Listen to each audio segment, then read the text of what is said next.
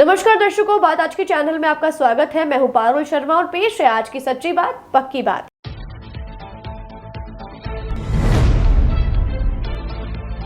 देश भर में आज से लागू हुआ नया कानून, मुख्यमंत्री राजस्थान की जनता से हुए मुखातिब।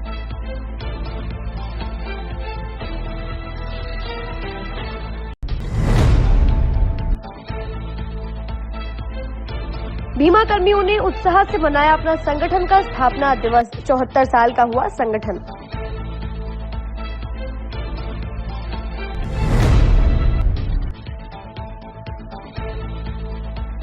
चिकित्सक दिवस के उपलक्ष्य पर मेडिकल कॉलेज के डॉक्टर्स ने निकाली रैली, मेडिकल स्टूडेंट्स भी रहे शामिल।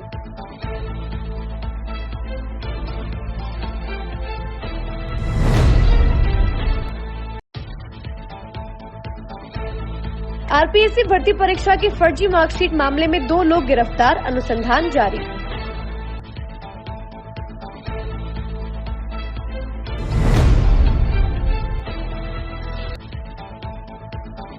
डोटासरा के बयान को अजमेर के ब्राह्मणों ने बताया अमर्यादित, कलेक्टर को सौंपा ज्ञापन।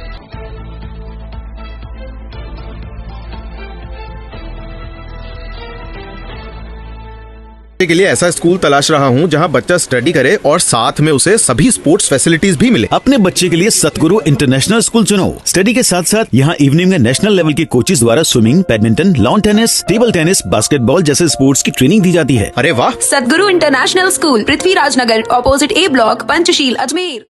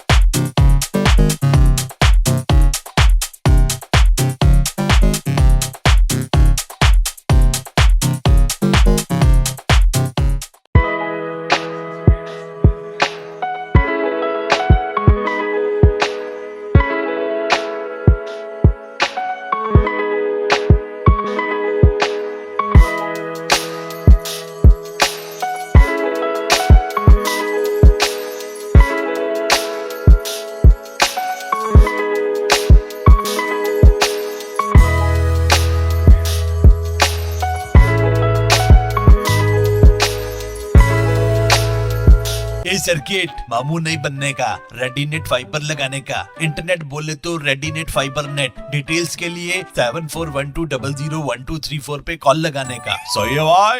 इंटरनेट बोले तो रेडीनेट फाइबर। अब शुरू करते हैं बातों का बेहतरीन सफर। आज यानी 1 जुलाई से भारत में 3 नए आपराधिक कानून लागू किए गए हैं, जिनमें आईपीसी, सीआरपीसी और इंडियन एविडेंस एक्ट की जगह बनाए गए तीनों नए कानूनों को आज से अमल में लाया जाएगा। केंद्र सरकार द्वारा लाए गए तीनों नए कानून भारतीय न्याय संहिता, भारतीय नागरिक सुरक्षा संहिता और भारतीय साक्ष्य एक्ट को आज से लागू कर दिया गया है। जिला बार एसोसिएशन के अध्यक्ष चंद्रभान सिंह राठौर ने जानकारी देकर बताया कि तीनों कानून आज से पूरे देश भर में लागू कर दिए गए हैं, जिसके तहत यदि 1 जुलाई से कोई भी वाद दर्ज होता है तो नए कानून के आधार पर उसकी जांच की जाएगी और आज से पहले के दर्ज हुए सभी कानूनों की पुराने कानून के आधार पर ये जांच, सुनवाई व सजा दी जाएगी। साथ ही उनका कहना है कि शुरुआती समय में पुलिस अधिवक्ताओं व आमजन को इस कानून को समझने में थोड़ी दिक्कत आ सकती है, परंतु कुछ ही समय में धीरे धीरे वे इसके आधार पर कार्य करने लग सकेंगे। साथ ही उनका कहना है कि भारत के पुराने कानून व नए कानून में मात्र 10% का ही अंतर है। 1860 में इंडियन पेनल कोड बना था, उसके बाद दंड विधि संहिता आई थी और एविडेंस एक्ट भी आया था। ये एक्ट लगभग 100 से ज़्यादा पुराने एक्ट थे और अंग्रेज़ों के ज़माने से ही बने हुए थे। अब इनका नाम परिवर्तन कर दिया गया है, भारतीय न्याय संहिता कर दिया है, भारतीय नागरिक सुरक्षा संहिता नाम कर दिया है, भारतीय साक्ष्य अधिनियम को भारतीय साक्ष्य अधिनियम ही रहने दिया। तो इन तीनों एक्ट का आज कोई भी अपराध होता है, उस अपराध के अंतर्गत वो मुकदमा दर्ज किया जाएगा। उसी जो है भारतीय नागरिक सुरक्षा संहिता के अंतर्गत उसका प्रोसीजर अडॉप्ट किया जाएगा, उसी के तहत अनुसंधान किया जाएगा। आप देखिए कि ज़्यादातर प्रोविज़न वो पुराने ही हैं, केवल 10% चेंज हुआ है, धाराएं ऊपर नीचे हुई है, परिभाषाएं वो की वही है, कोई ज़्यादा परिभाषाओं में परिवर्तन नहीं हुआ।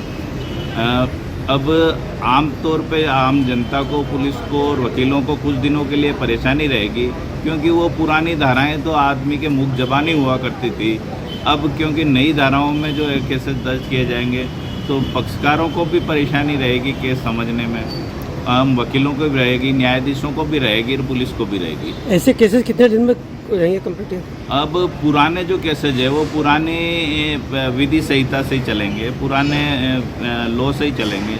आज 1 जुलाई है, आज जो भी मुकदमा दर्ज होगा नए कानून के तहत दर्ज होगा और उस नए कानून के तहत ही उसका डिस्पोजल होगा।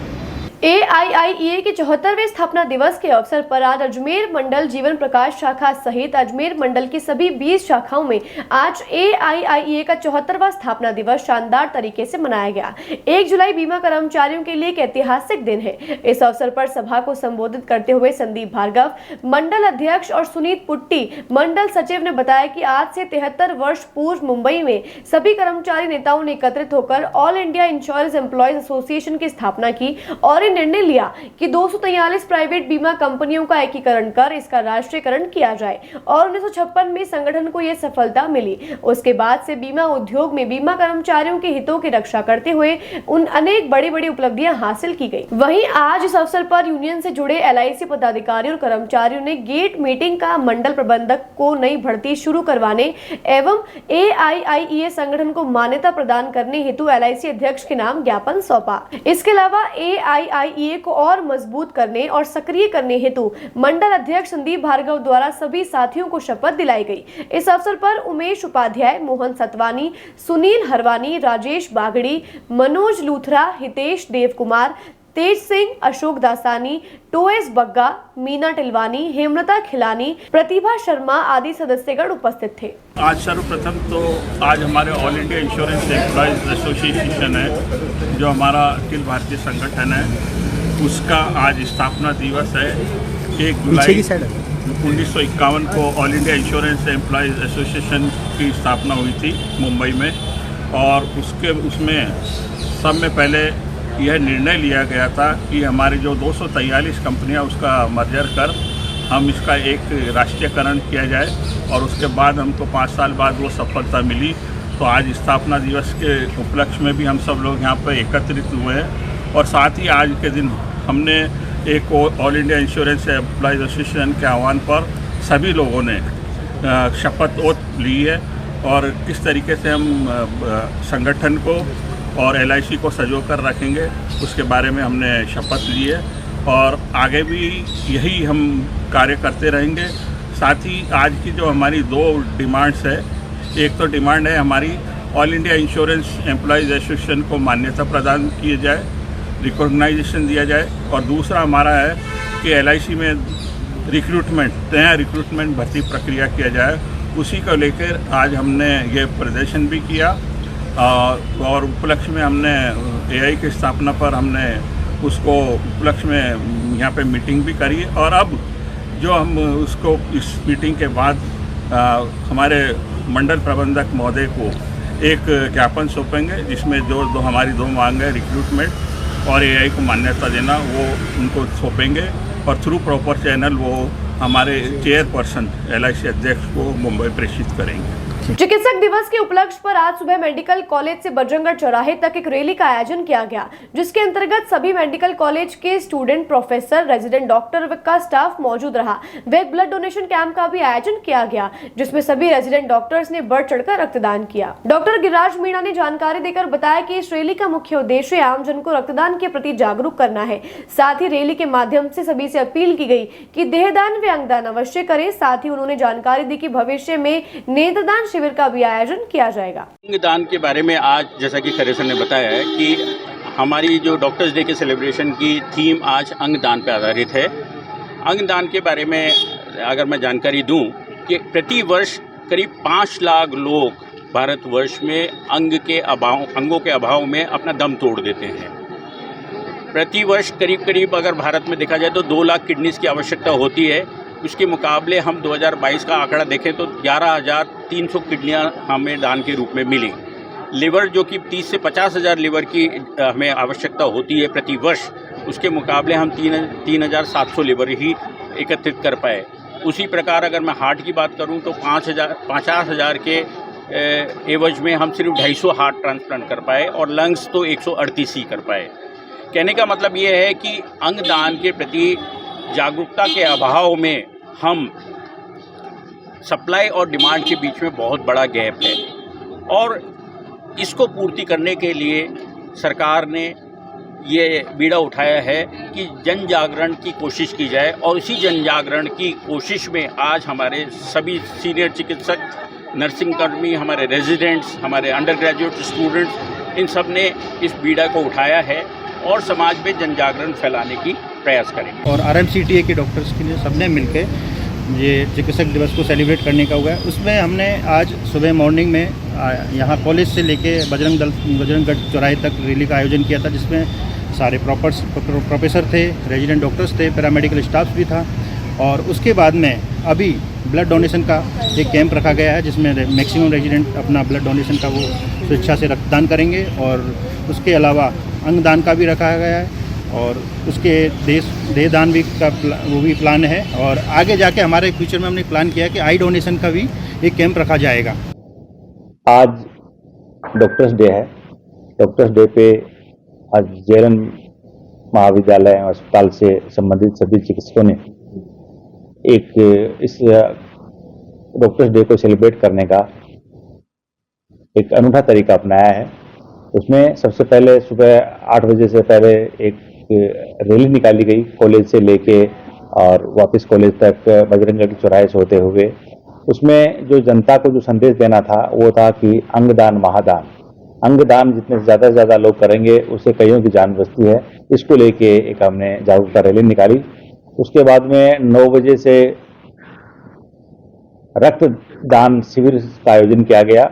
उसमें फैकल्टी के members, resident doctors, UG students सभी ने मिलके आज अस्पताल में रक्तदान किया है और वो अभी भी अनवरत चल रहा है। अभी तक जहाँ तक मेरी जो सूचना है उस सूचना के हिसाब से लगभग 100 के करीब लोगों ने रक्तदान कर दिया है।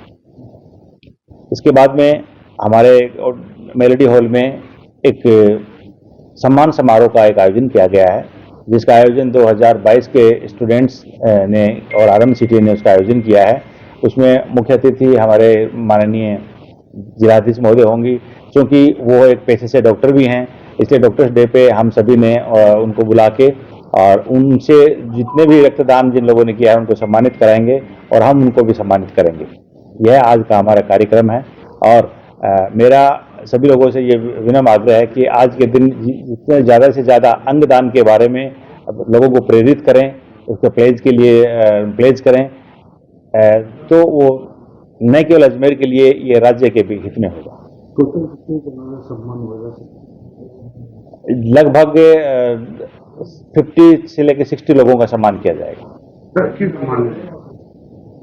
क्या योगदान? एक तो इन्होंने ब्लड डोनेशन किया, मुख्यतः उनको करेंगे और जो हमारे फील्ड में जिन लोगों ने जो काम किया है हम उन लोगों को भी सम्मानित करेंगे। फर्जी डिग्री के संबंध में स्पेशल टीम के द्वारा जांच की जा रही है, जिसको लेकर आज 2 आरोपियों को गिरफ्तार किया गया है, जिनके द्वारा फर्जी डिग्री के आधार पर वेरिफिकेशन करवाया गया था। इस मामले में अग्रिम अनुसंधान जारी है। आपको बता दें, आरपीएससी की हिंदी लेक्चरर भर्ती 2022 की परीक्षा में फर्जी मार्कशीट के मामले में एसओजी ने प्राइवेट टीचर और बजरी व्यापारी को गिरफ्तार किया है। पूछताछ में दोनों आरोपियों के द्वारा फर्जी डिग्री का वेरिफिकेशन बनवाना सामने आया है। हालांकि एसओजी ने आज दोनों को कोर्ट में पेश कर 4 दिन के रिमांड पर लिया है, जिनसे एसओजी पूछताछ में जुटी है। इस मामले में पूछताछ में और अन्य गिरफ्तारी भी होने की संभावना है। एसओजी ने इस पूरे मामले में पूर्व में 7 जनों को गिरफ्तार कर न्यायिक अभिरक्षा में जेल भेज दिया है। इसके साथ ही एसओजी के द्वारा कोर्ट में चालान भी पेश किया जा चुका है। साथ ही इस मामले में और किन किन की संलिप्तता है, इसकी जांच की जा रही है। फर्जी डिग्री और वेरिफिकेशन के संबंध में जो जांच की जा रही है, तो उसमें एक फर्जी वेरिफिकेशन सर्टिफिकेट प्रकरण संख्या 100 के अंतर्गत प्राप्त हुआ था। उस संबंध में अनुसंधान किया गया तो 173 पे पेंडिंग मुलजिम सुनील बिश्नोई निमली गांव का रहने वाला है, जो पाली के पास का, उसको गिरफ्तार किया है। उसके साथ में उसने जिससे बनवाई थी सोमेश गोदारा जोधपुर का निवासी है, उन दोनों को गिरफ्तार किया है। गिरफ्तारी के बाद में अग्रिम अनुसंधानी कार्रवाई की जाएगी। इसमें कौन कौन तुलित है, उस संबंध में चार्जशीट पेश की जा चुकी है। 173 में कई सारे मुलजिम पेंडिंग है, जिनमें से एक को गिरफ्तार किया है। उससे आगे और कई कड़ियाँ जोड़ी जा रही है, अनुसंधान किया जा रहा है। अनुसंधान के बाद में चीजें स्पष्ट होंगी। गौड़ ब्राह्मण महासभा अजमेर के बैनर तले आज राजस्थान ब्राह्मण महासभा, राजस्थान सर्व ब्राह्मण महासभा व विप्र सेना द्वारा प्रदेश कांग्रेस अध्यक्ष गोविंद सिंह डोटासरा द्वारा कोटा के आईपीएस अधिकारी रविदत्त गौड़ पर की गई विवादित टिप्पणी को लेकर जिला कलेक्टर को ज्ञापन सौंपा गया और गोविंद सिंह डोटासरा से माफी मांगने को कहा गया। पंडित सुदामा शर्मा का कहना है कि प्रदेश कांग्रेस अध्यक्ष गोविंद सिंह डोटासरा द्वारा रविदत्त गौड़ पर अमर्यादित टिप्पणी की गई, जिससे ब्राह्मण समाज में गहरा रोष है। उनका कहना है कि यदि 7 दिन के भीतर गोविंद सिंह डोटासरा ब्राह्मण समाज से माफी नहीं मांगते हैं तो एक रूपरेखा तैयार करके आंदोलन किया जाएगा और उनका बहिष्कार किया जाएगा। गौड़ ब्राह्मण महासभा शहर अजमेर के बैनर तले आज अन्य संगठन राजस्थान ब्राह्मण महासभा, राजस्थान सर्व ब्राह्मण महासभा, विप्र सेना, ये सारे संगठन इसलिए उपस्थित हुए हैं कि श्रीमान गोविंद सिंह डोटासरा ने श्री रविदत्त जी गौड़, जो अभी हाल डीआईजी कोटा हैं, डीआईजी,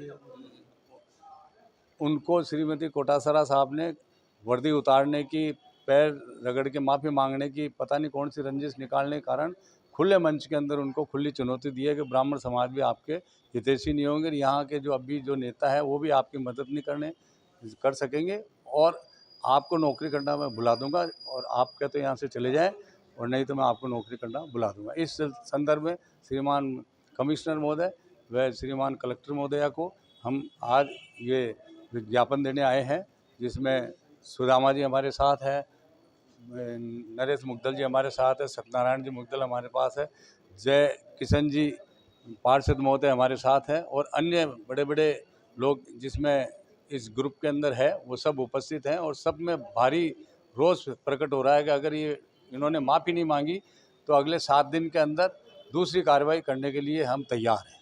प्रदेश कांग्रेस अध्यक्ष गोविंद सिंह डोटासरा द्वारा कोटा के एक आईपीएस अधिकारी रविदत्त जी गौड़ को जिस प्रकार मन से अमर्यादित भाषा का उपयोग किया, ऐसा लगता है कि गोविंद सिंह जी डोटासरा वर्ण संकर मानव जन्म के अंदर राजस्थान कांग्रेस को उपलब्ध हुए। अभी हार उन्हें पचा नहीं पाई है और उन्होंने जिस प्रकार से ब्राह्मण समाज का अपमान किया है, अगर उन्होंने 7 दिन के अंदर नहीं मांगी माफ़ी तो डोटासरा का भिवंजा के बहिष्कार होगा। और यहाँ तक कि आतुर है कि 7 दिन के अंदर डोटासरा ने माफ़ी नहीं मांगी तो ये ब्राह्मण समाज आगे एक रूपरेखा तय करके चरणबद्ध तरीके से आंदोलन करेगा और जब तक डोटासरा माफ़ी नहीं मांगेगा तब तक उसका बहिष्कार जारी रहेगा। बातों को देते हैं छोटा सा विराम, जल्दी मिलते हैं एक नए सफर पर। के लिए ऐसा स्कूल तलाश रहा हूँ जहाँ बच्चा स्टडी करे और साथ में उसे सभी स्पोर्ट्स फैसिलिटीज भी मिले। अपने बच्चे के लिए सतगुरु इंटरनेशनल स्कूल चुनो। स्टडी के साथ साथ यहाँ इवनिंग में नेशनल लेवल के कोचेज द्वारा swimming, badminton, lawn tennis, table tennis, basketball जैसे स्पोर्ट्स की ट्रेनिंग दी जाती है। अरे वाह! सतगुरु इंटरनेशनल स्कूल, पृथ्वीराज नगर, ऑपोजिट ए ब्लॉक, पंचशील, अजमेर।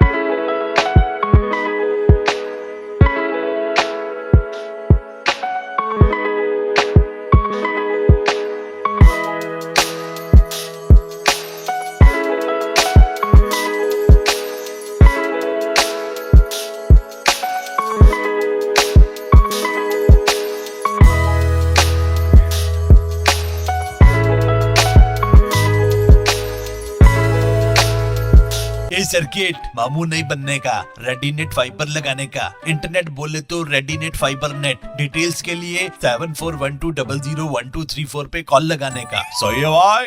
इंटरनेट बोले तो रेडिनेट फाइबर। एक बार फिर आपका स्वागत है। आइए चलते हैं एक नए सफर पर। भीषण गर्मी में नौतपा के चलते पूर्व में सभी न्यायालयों का समय बदला गया था, जिसके बाद आज से पुनः सभी न्यायालयों का समय 10 से 5 का कर दिया गया है। साथ ही सिविल न्यायालय की जून महीने की छुट्टी के चलते सिर्फ अति आवश्यक कार्य ही किए जा रहे थे। अब न्यायालय की छुट्टियां खत्म हो गई हैं, जिसके बाद से सभी कार्य पहले की भांति किए जाएंगे। जिला बार एसोसिएशन के अध्यक्ष चंद्रभान सिंह राठौर ने जानकारी देकर बताया कि न्यायालय के समय में बदलाव करते हुए आज से न्यायालय का समय 10 से 5 का कर दिया गया है। वह सिविल न्यायालय की छुट्टी के चलते कुछ कार्य लंबित पड़े थे, जिनको आज से पूरा किया जाएगा। वह न्यायालय में पुनः की भांति पहले की तरह कार्य किए जाएंगे अथवा समय के बदलाव छुट्टियां खत्म होने के चलते सभी न्यायालयों में नियमित रूप से कार्य किए जाएंगे।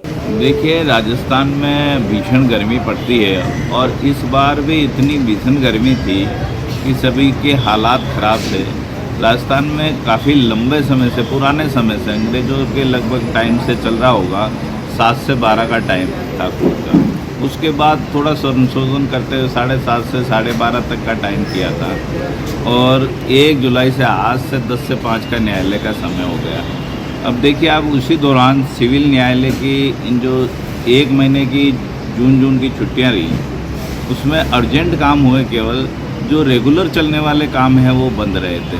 और क्रिमिनल केसेज में तो सारे काम चल रहे थे हमारे, पर वही है कि न्यायाधीशों को भी जो है न्यायपालिका की तरफ से 10 दिन की घूमने की गर्मियों में छुट्टियां मिलती है, तो वो रूटीन वाइज अलग अलग अधिकारी 10-10 दिन की छुट्टियां लेकर जून में चले जाते हैं, तो काम काफ़ी प्रभावित होता है पक्षकारों का। अब जो है नियमित रूप से काम चलेगा, क्योंकि 10 से 5 का समय हो गया है, सभी को जो है प्रॉपर टाइम मिलेगा। आज नगर निगम के द्वारा वृक्षारोपण का महाअभियान शुरू किया गया, जिसके अंतर्गत आजाद पार्क के सड़क के दोनों ओर पेड़ लगाने का कार्य किया गया।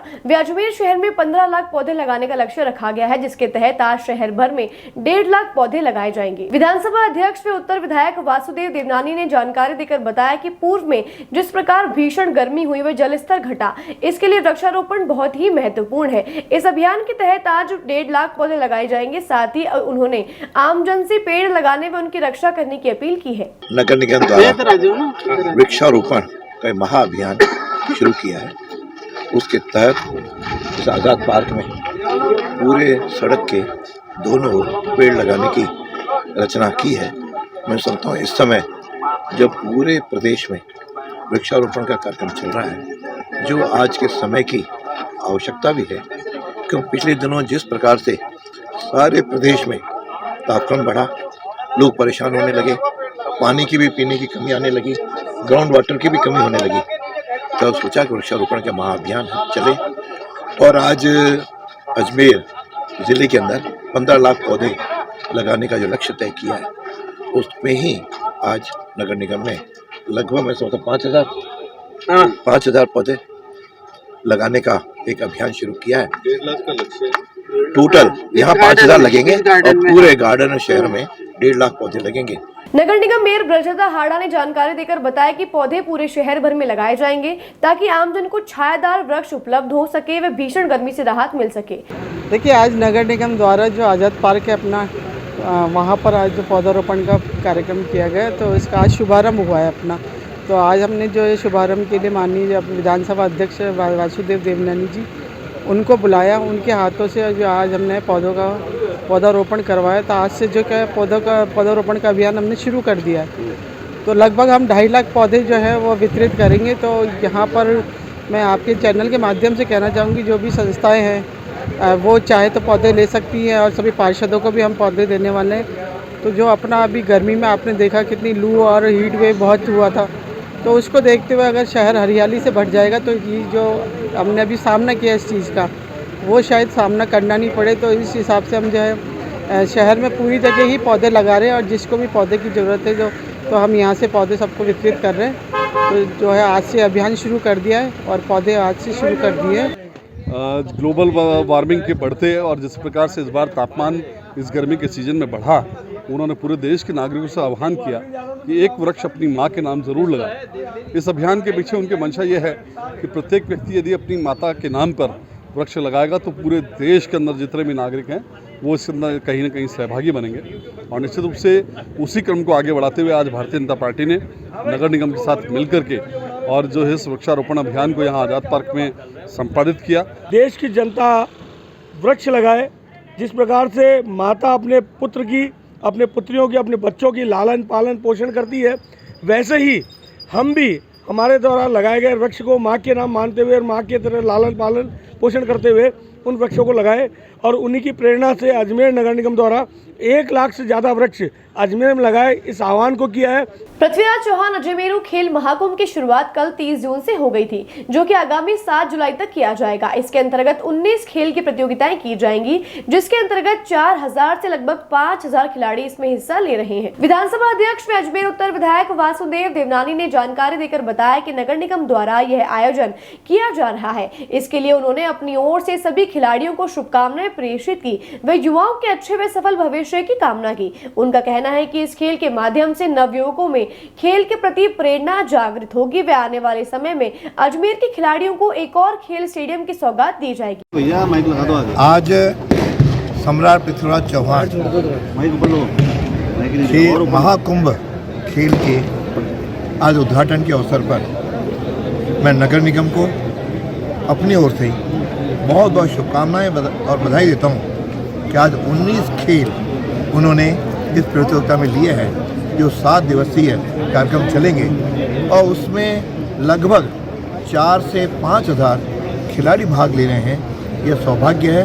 मैं सोचता हूँ नवयुवकों में इससे खेलों के प्रति एक प्रेरणा भी जागृत होगी, एक उनका खेल उनके स्वभाव में भी आएगा।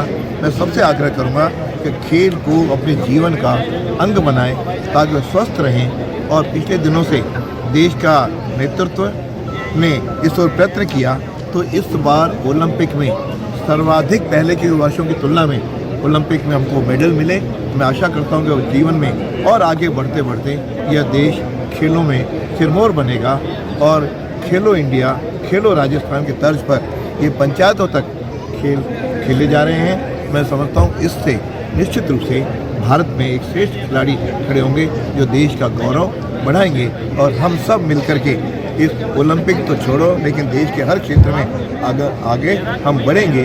और राजस्थान सरकार और केंद्र सरकार इस ओर जो उचित कदम उठा रही है, खिलाड़ियों के बारे में भी, उनको सुविधा देने के बारे में भी, आज अजमेर में भी ये पटेल मैदान के स्टेडियम जो बना है और इसमें जिस प्रकार की रचना की गई है, मैं समझता हूँ खिलाड़ियों को प्रोत्साहन देने वाली है। अभी हमारे पास चंद्रवरदाई में एक खेल स्टेडियम है, बहुत जल्दी अजमेर को एक और खेल स्टेडियम मिलने की पूरी संभावना है, जिससे यहाँ के खिलाड़ियों को बहुत अधिक अवसर मिलेंगे।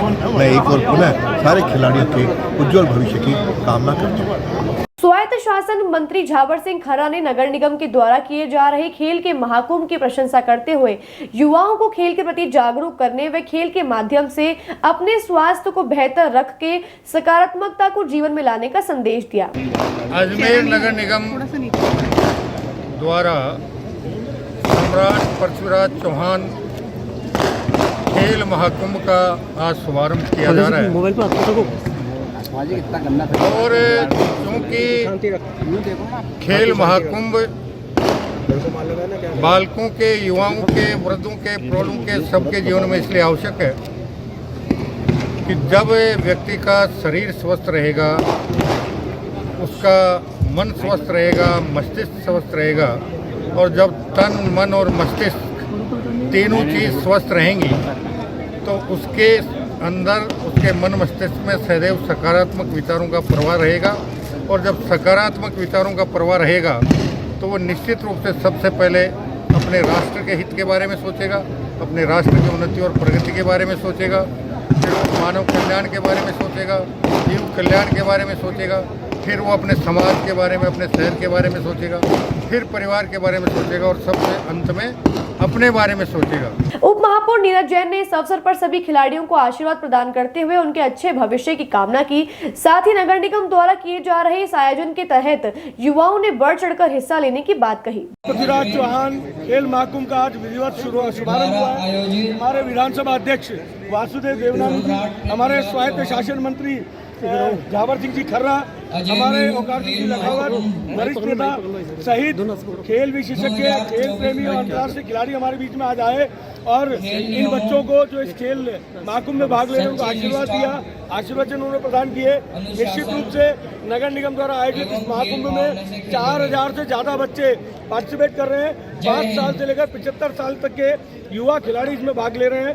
शतरंज से लेकर योगा से लेकर के शूटिंग, तीरंदाजी, सभी खिलाड़ियों से अनुरोध है, फुटबॉल, सब गेम यहाँ पर होने वाले हैं और आने वाले 7 दिन अजमेर की जनता के लिए, अजमेर के खिलाड़ियों के लिए एक आनंद का क्षण होगा और खिलाड़ी यहाँ पर अधिक से अधिक खेल करके खिलाड़ी भावना का परिचय देते हुए कॉम्पिटिशन को जीत करके जाएंगे।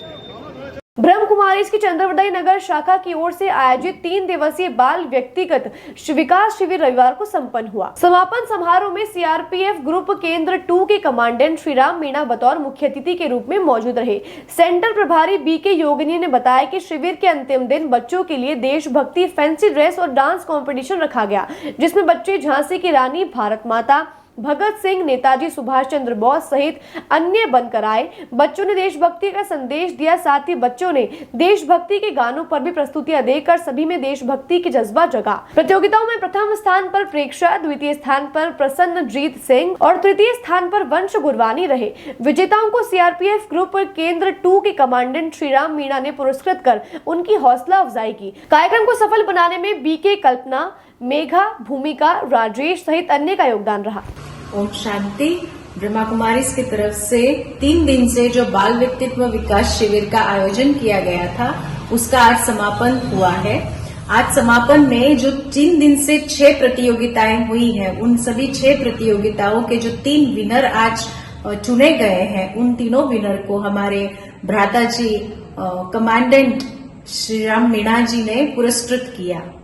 मैं ब्रह्मा कुमारी योगिनी। ओम शांति। Rotary Club Ajmer mid town द्वारा मेडिकल कॉलेज के सभागार में म्यूजिकल इवनिंग का आयोजन किया गया। इस म्यूजिकल इवनिंग कार्यक्रम में बॉम्बे से 3 कलाकारों को बुलाया गया है, जिनके द्वारा रंगारंग प्रस्तुति दी गई। इस कार्यक्रम का मुख्य उद्देश्य सर्विकल कैंसर के प्रति जागरूकता फैलाना व दूसरा उद्देश्य मिशन ग्रीन अजमेर रहा। मिशन ग्रीन अजमेर के तहत वृक्षारोपण किया जाएगा, साथ ही उन वृक्षों की देखरेख पूरे साल की जाएगी। Rotary Club Ajmer mid town द्वारा आज एक म्यूजिकल इवनिंग का आयोजन किया जा रहा है, जो जेएलएन मेडिकल कॉलेज को ऑडिटोरियम में किया जा रहा है। इस म्यूजिकल इवनिंग में बॉम्बे से 3 कलाकारों को बुलाया गया है, अनिल वाजपेयी, प्रशांत और कुल सक्सेना। ये तीनों बहुत ही पॉपुलर संगीत गायक कलाकार हैं। ये जो कार्यक्रम है, इस कार्यक्रम का उद्देश्य हमारा है, इसमें 2 मोटो लिए हैं। एक तो हमने लिया है इसके अंदर सर्वाइकल कैंसर अवेयरनेस के लिए, जिसका हम अवेयरनेस का काम करेंगे स्कूलों में, कॉलेजों में। और दूसरा हमने एक मिशन लिया है, मिशन ग्रीन अजमेर। इस मिशन ग्रीन अजमेर के तहत हम वन विभाग से एक जगह लेके वहाँ पे एक वन डेवलप करेंगे।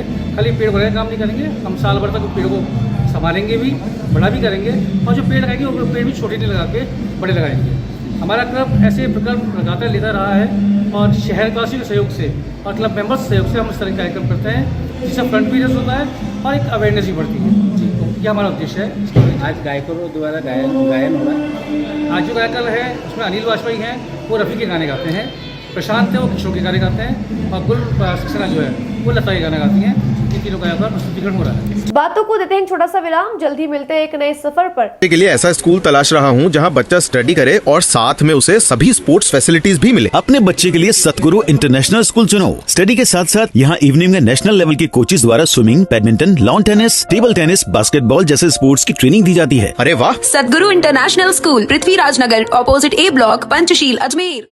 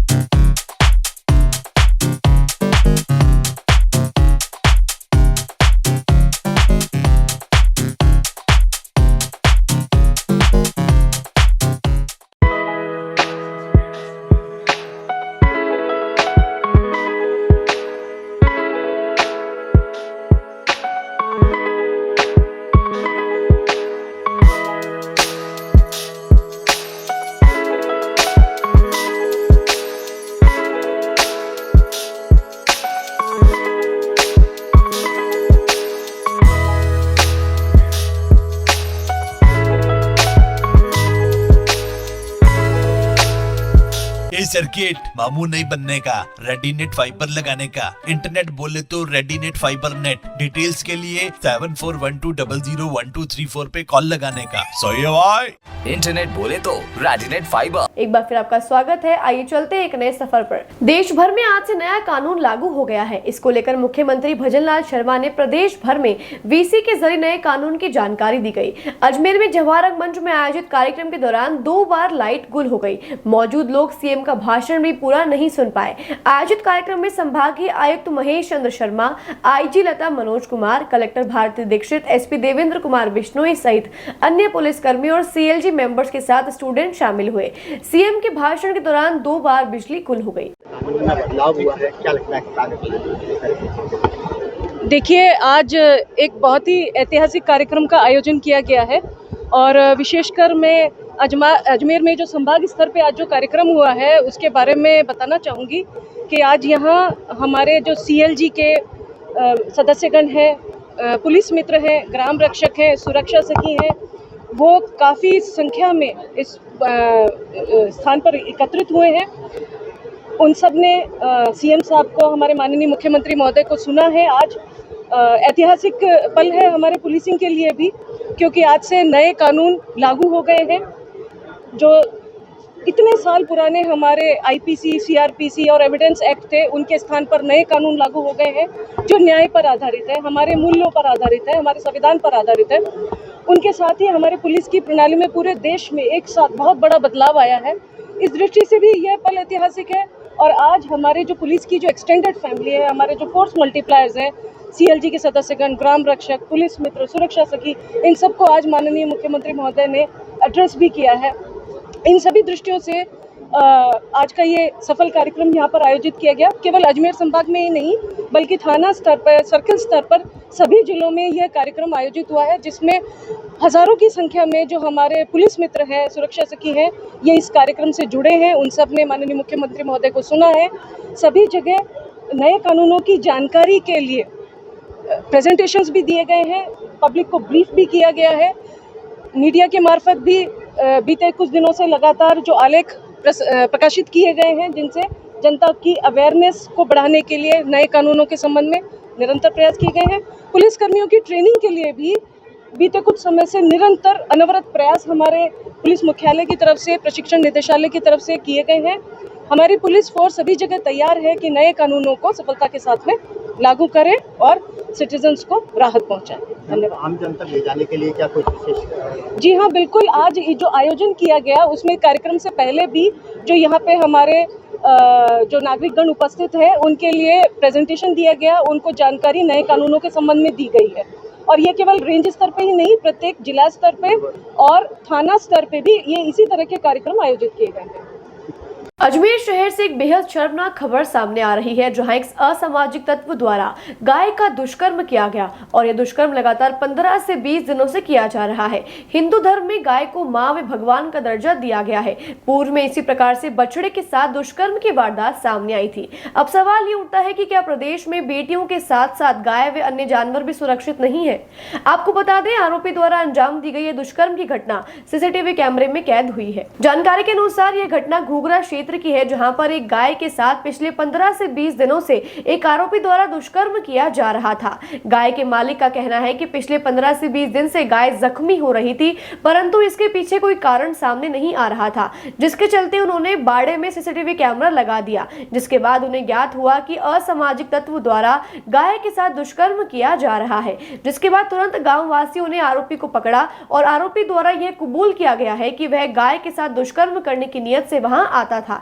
जिसके बाद पुलिस ने मामला दर्ज कर जांच शुरू कर दी है। वहीं हिंदूवादी संगठनों का कहना है कि इस मामले में त्वरित कार्यवाही करते हुए आरोपी को जल्द से जल्द कड़ी से कड़ी सजा सुनाई जाए। कल रात की कोई घटना आई थी, उसमें क्या कि हमारे पड़ोस में कोई मित्र हैं, उनके बाड़े में कि 7-8 दिन से कोई घटना हो रही थी, तो उन्होंने क्या 2 दिन पहले सीसी कैमरे लगवा दिए थे, भाई कोई गाय के साथ में बाड़े के अंदर क्या हो रहा है, ये किस जगह। तो कल इन्होंने कैमरे के अंदर जैसे ही सीसी कैमरे चालू करे, तो 8 या 8:30 का टाइम था, तो एक बंदा आता है दीवार कूद के और उस गाय को कुछ अत्याचार समाज की कुछ चीज़ें खिला के उसके साथ संभोग करता है, गलत सा करता है।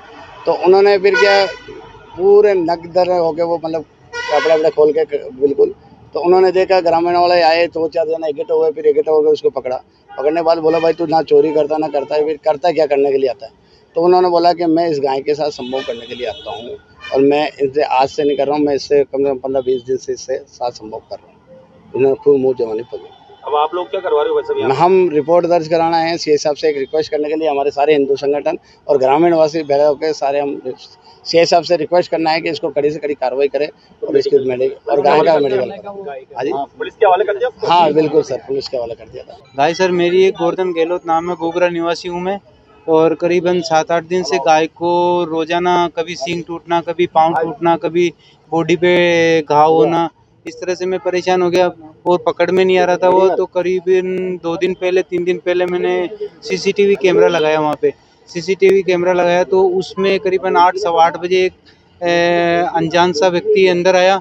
अंदर आके उसने फिर अपने कपड़े उतारे, कपड़े उतार के गाय के पास गया और फिर वो अजीबोगरीब हरकतें करने लगा वहाँ पे। तो मैं मेरे गांव के लोगों को, मेरे मित्रों को लेके वहाँ गया तो फिर उसको पकड़ा, हमने रंगे हाथों पकड़ा तो उसको पूछा कि भाई तेरे अंदर आने का क्या कारण है? तो उसने कहा कि भाई मैं यहाँ गाय के साथ संभोग करने के लिए आता हूँ और ये हरकत करीबन 15 दिन से कंटिन्यू मैं इसको कर रहा हूँ। तो ऐसे करके फिर हमने पुलिस को फ़ोन किया, पुलिस को सुपुर्द किया शाम को और मुकदमा दर्ज करवाया। आरोपी को पकड़ लिया? आरोपी को पकड़ लिया, सिविल लाइन थाने के अंदर अरेस्ट है अभी वो। कौन सी जगह का है मामला ये? गोगरा गांव का है, लाडपुरा रोड। वार्ड नंबर 72 में हो रहे अतिक्रमण को लेकर वार्ड पार्षद ने जिला कलेक्टर को ज्ञापन सौंपा।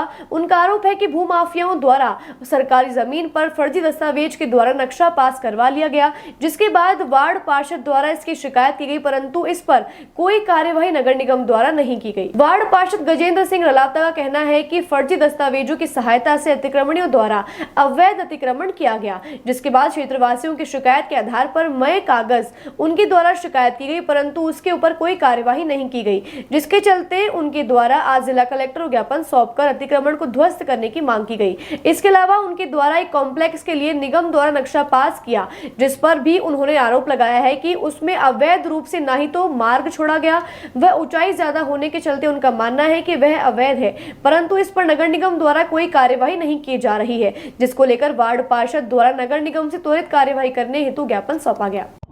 आज मैं मेरा जो निर्वाचित वार्ड है, वार्ड नंबर 72, वहाँ सार्वजनिक भूमि पे जो भूमाफिया द्वारा कब्जा किया गया है, उस संबंध में मैं कलेक्टर महोदय को ज्ञापन देना आया हूँ। ज्ञापन दिया है, निवेदन किया मैडम से कि 7 महीने पूर्व नगर निगम से उस भूमाफिया ने फर्जी दस्तावेजों पे एक नक्शा पास करा लिया।